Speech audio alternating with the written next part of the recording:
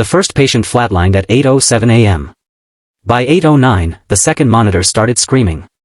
By 8:12, alarms echoed down every hallway of the emergency wing like a chorus of panic.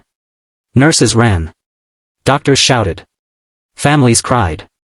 And in the middle of the chaos, a woman who had only been wearing her hospital badge for 3 hours stepped forward with steady hands and eyes that had seen worse storms than this. No one knew her yet.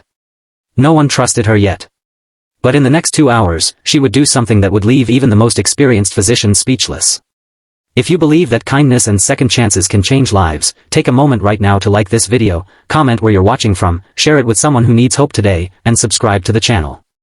Stories like this remind us that humanity is still alive in the world.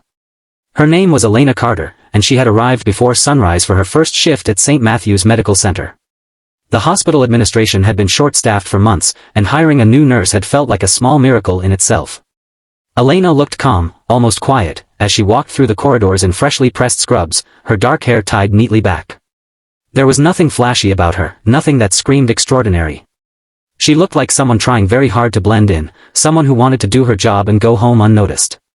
But inside her chest lived a history heavy enough to crush most people. At 8:05 a.m., a multi-vehicle collision on the interstate sent a wave of trauma patients flooding into the emergency department. Ambulances lined the entrance like a convoy. Blood-soaked stretchers. Broken bones. Head injuries. Internal bleeding. The kind of morning that pushed hospitals to their limits. Elena didn't hesitate.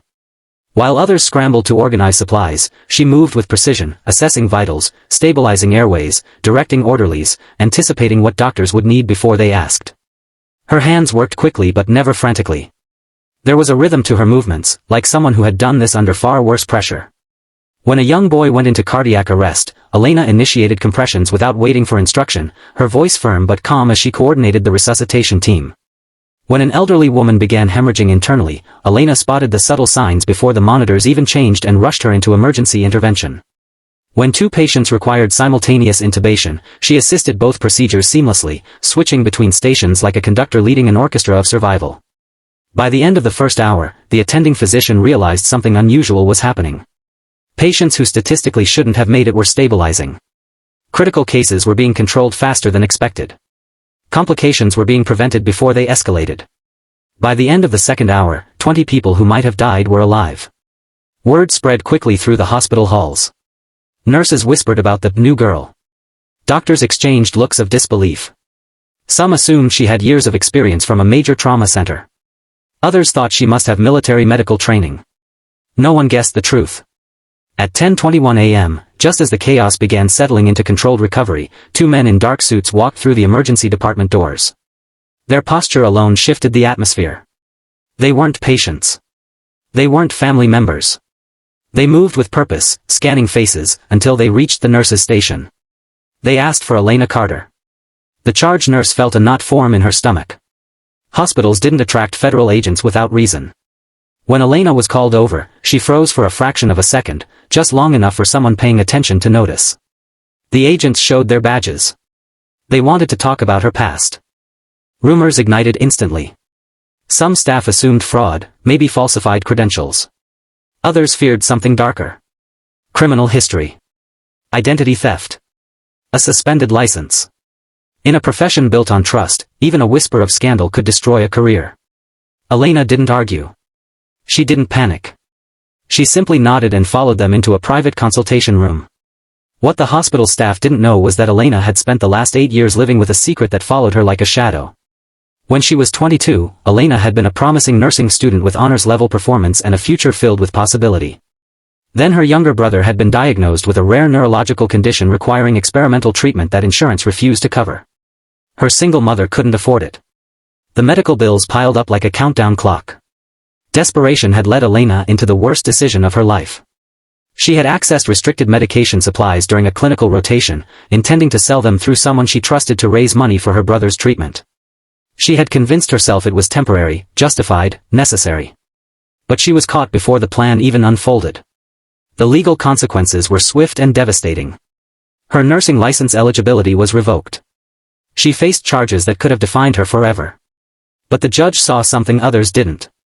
Instead of prison, Elena received probation, mandatory ethics rehabilitation, and community service under strict supervision. It was mercy, but it came with a permanent mark on her record. Her brother died 6 months later anyway. Grief nearly destroyed her. Shame finished the job. For years, Elena worked low-paying jobs, avoiding anything related to medicine because the reminders hurt too much. But the desire to help people never left her. Eventually, after relentless effort, legal appeals, and proving years of rehabilitation and clean conduct, she earned conditional approval to pursue nursing again under monitored status.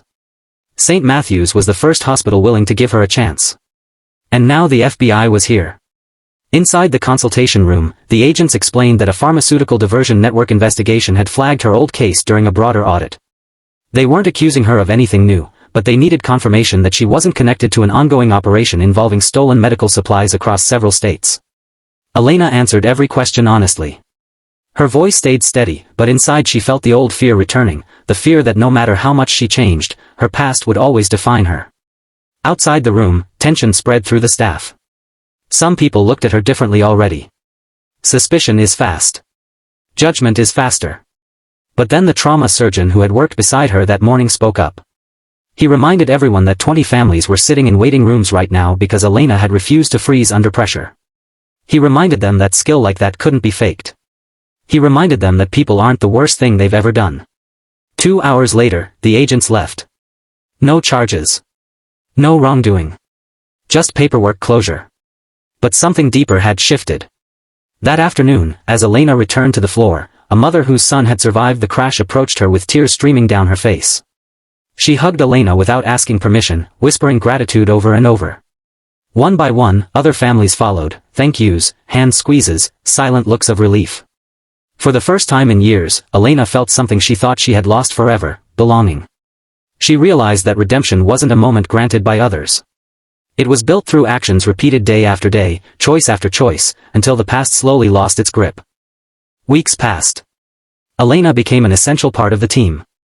Her calm during emergencies became legendary in the hospital.